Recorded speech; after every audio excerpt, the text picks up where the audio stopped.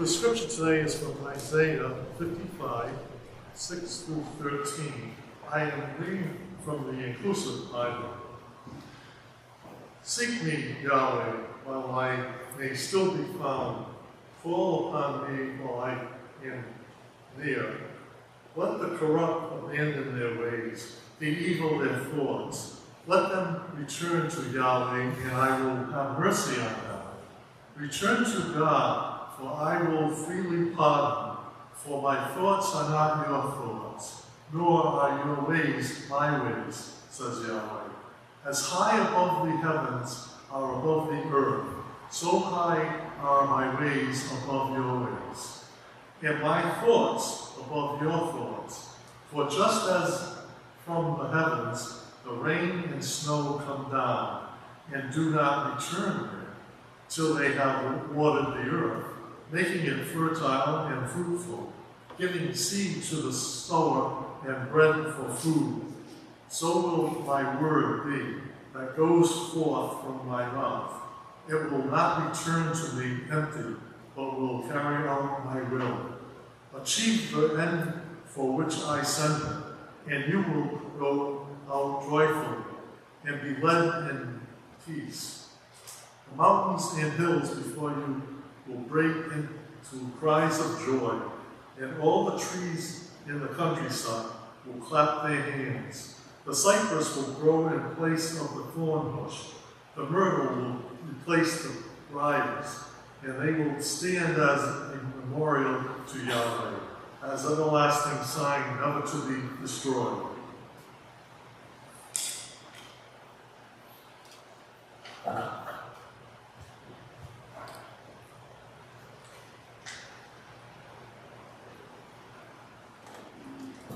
Hello, beloved.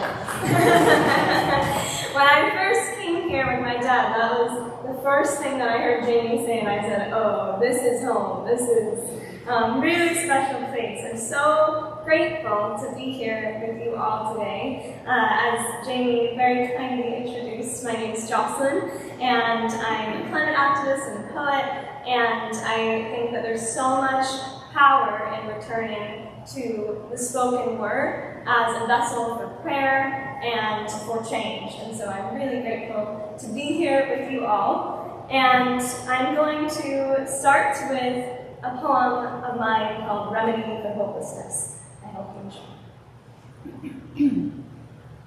I've been trying to write a remedy for hopelessness since I watched the first forest ancestors engulfed by flames, gulped by hellfire, sparked by no natural kindling, only the self-proclaimed angels who had laid the gasoline. I don't pretend to be a prophet, or a fever, or a dream. All I know is that if we are pawns in the angels' Ponzi scheme, then Earth is the checkerboard. Check the borders and learn that they're bored of pretending to be what they are not, real. Check the heartbeat and learn it to steal, stolen property of the deal they made with underworld enterprises, to bury our bones in exchange for coal. Well, I won't let them excavate my soul. I won't let them blind us with gold to distract from our dying. Maybe the remedy for hopelessness is that we are still trying to write love letters in contaminated soil. Seed planters in the power plants, breathers of polluted air who call it inspiration. You, songbird behind the sound screen. You, daffodil behind the chain-link fence who scream that you are not linked by chains, but by roots, conversing in a language the barbed wire weavers never knew how to root. Each whispered hope is a melody inscribed into the bark of the oldest tree in these woods of the living. Our pulses are tides that will wash out their bloom. Corporate finance checks and bought laws are only shallow imprints in Earth's sand. They say this land is our land to gritted teeth that know that Earth is no man's land. No man's hand can grip the sand past the hour that time explodes, as our timeline becomes time circling again. Our atom-split lives may not matter to a life form outside this orbit, but they matter here. And what is hope but a blue orb of light in a universe of of the unknown dark.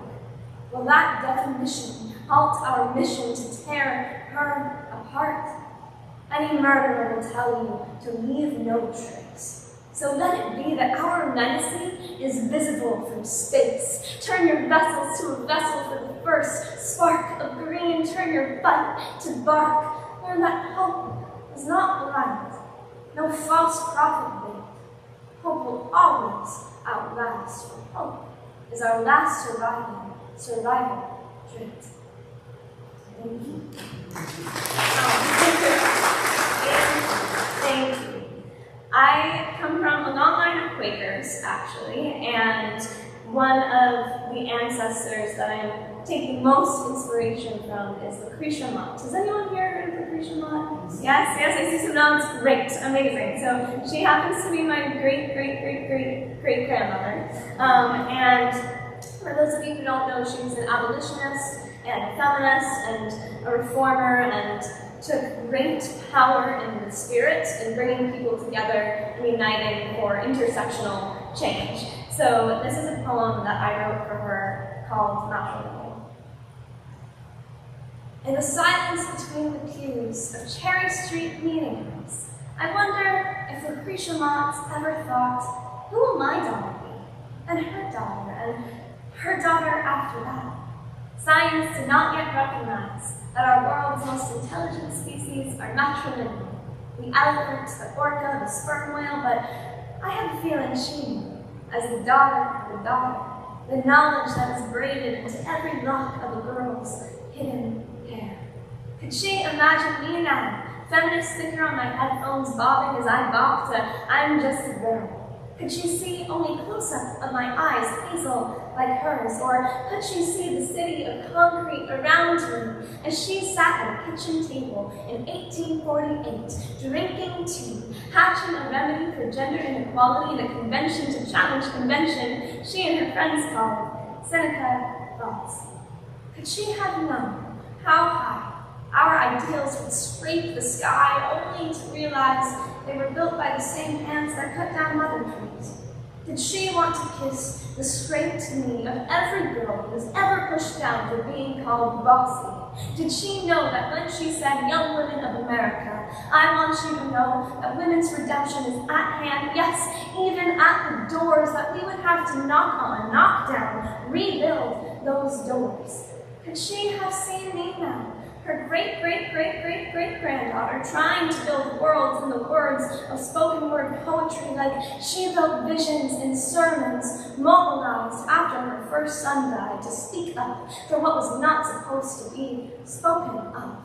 If her activism stems from the loss of life, then my activism is also a brief response, proactive and retroactive mourning for the lungs lapping by our skies, shells acidified by our oceans, countries compartmentalized into the motherland on a mother's aching back, our extinction list growing and growing and growing until I remember that she said, all subjects of reform are kindred in their nature. If we remember that we are kindred, could we remember that we are nature? She was called the most belligerent non-resistant. I wonder if she would be disappointed that I got the belligerent part right. But I question how we can stay non-resistant, non-violent, when millions of stories are silenced and every step of the march for peace feels like a step deeper into our graves. Maybe this darkness is a passageway to an underground railroad that will lead our hopeless souls to the doors of progress that she opened at 338 Arch Street, Philadelphia. Maybe this is the movement we must build, a refuge where every bed holds a body that would otherwise sleep on stone, and every door knocked on becomes a door opened, a home where the music of the laughter and debate pours through the open doors with no doubt, like no doubt pours from my headphones. I hear her now as I breathe into this revolution of history. I wonder who they will be, the daughters who come after me. Thank you. 2 days ago, actually, recently returned from a trip. I was exploring with my cousin through Europe. We were going to different cities and towns and villages and just talking with people and meeting people and seeing lots of churches. And so it was a really transformative experience, but I wrote a few poems while in different places that I thought might be interesting to share. They're short, I promise. This one I wrote in Como, and so it's called Como for now. If Earth were a church, would she look like our exposed heartbeats, ragged in the beatings they have taken, or would she look like glass, stained with the blood of the bodies who are not saved by hope? I think she would look like the glass sea, shattered by no force but the pitch of our song. I watched a couple float into a church on their wedding day, and for an instant forget to contemplate the price of love. There is danger in this world, but there is less, because we are here. This one is called Simon. And I accidentally crashed a wedding while we were in Europe. I wandered into this church because I heard this beautiful song, and then I realized I was in the middle of a wedding. So this is a poem that came from that. Siren calls a foreign language.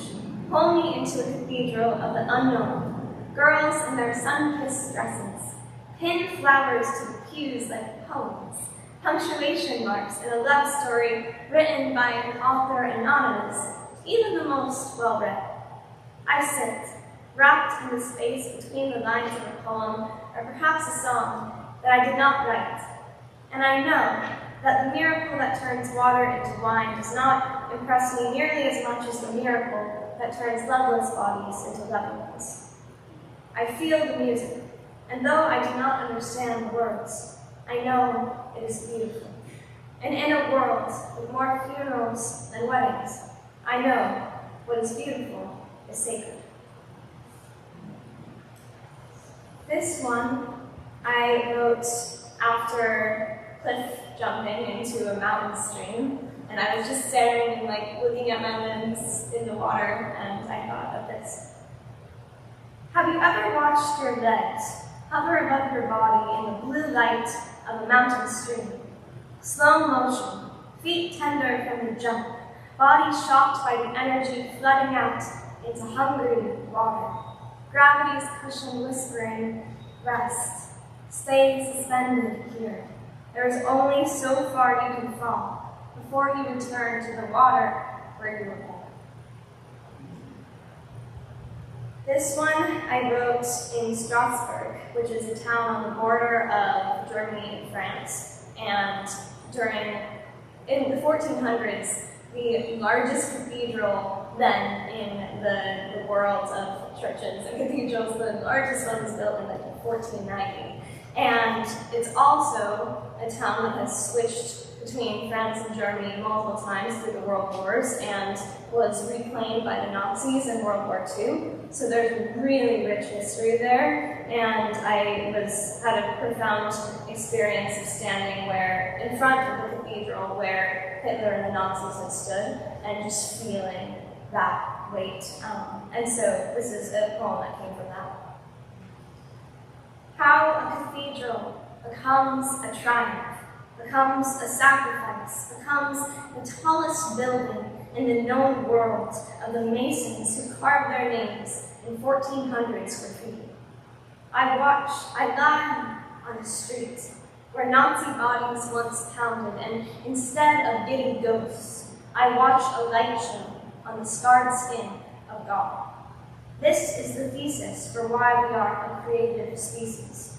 We write our own creation myths and invent them again and again. From the landfill of buried flags, we excavate the thread of our humanity. From worn stones, I point to the living art before me, and the stars point here. And my last poem that I have for you today is called Planeta Erotica. Don't you love how anti-capitalist it is to see things in terms of other things? I am told to walk in the straight line of a sentence, so I carve nature trails and poetry instead. See the tea as a mother tree with her canopy of light breaks, and imagine what we don't see, how the water moves up with no machinery, up through her hard-barked wings that stretch to hold the whole sky. As she writes loose-leaf love letters to living, as she makes breath of our poor judgment. Breathing beings rattle in the cage of my notes app, begging to root in the roots of my teeth and tongue with a radical progressive proposal to see Earth, not as a dead spinning rock, but as a ballerina, Queen Fisher in flight, writing with each sunspin of her body the choreography of life. How dangerous to see people not as bodies to be worked, but as the work of root systems, mycelium, vessels for the language of change within the revolutionary army of a forest. With each tear we shed for Earth, we shred the money-making myth that we cannot love what is not human. Each tear holds our origins of oceans, a tear in the system of lines, of labels, of alive and dead. Chafe against them, let the vocal cords that make us sound, make earthquakes of your voice like fault lines and shifting ground. It is not our fault that the sea swells with bruises inflicted on the atmosphere 50 years before we were born, but it is our problem. And within problem is poem. So let us ignite our tongues, like the air molecules in wildfire sunsets, make light of the devastation by becoming the color of the star that started the supernova that made us, of blood rust and stardust in the same pen stroke as she wrote the one verse of this universe. How many of us learn it by head, but forget to learn it by heart? I am told that to get a head start, I must fill my head with parasitic winged beetles called dollars, make of my body cannon fodder in a billionaire's war against me. The draft sheet says this is the way it has always been, and will always be. But here's the thing about democracy. It's still a demo, and every time we raise our voice, we shift the key, elect to shred the dictionary of our destruction. Take a stab, make the kill, drill, baby, drill. We are more than the footnote of an ending. The authors of our dying convince us is the whole story. We are the word builders. We are the world builders. In this great re-earthing, this sentence has reached its period. It is time for a new story to begin. Write it by walking with me, praying with your feet, with the dead names of souls on your souls. Walk the length of this planet and realize it is a life sentence. Life in every broken line that is really a ring, proposing that we listen to the trine in the trunk of a mother tree. Maybe trine is the tea, and we are water moving up with no machine. So will you walk with me? Will you plant seeds with your feet, and whatever it will be, will you write our future in poetry? Thank you.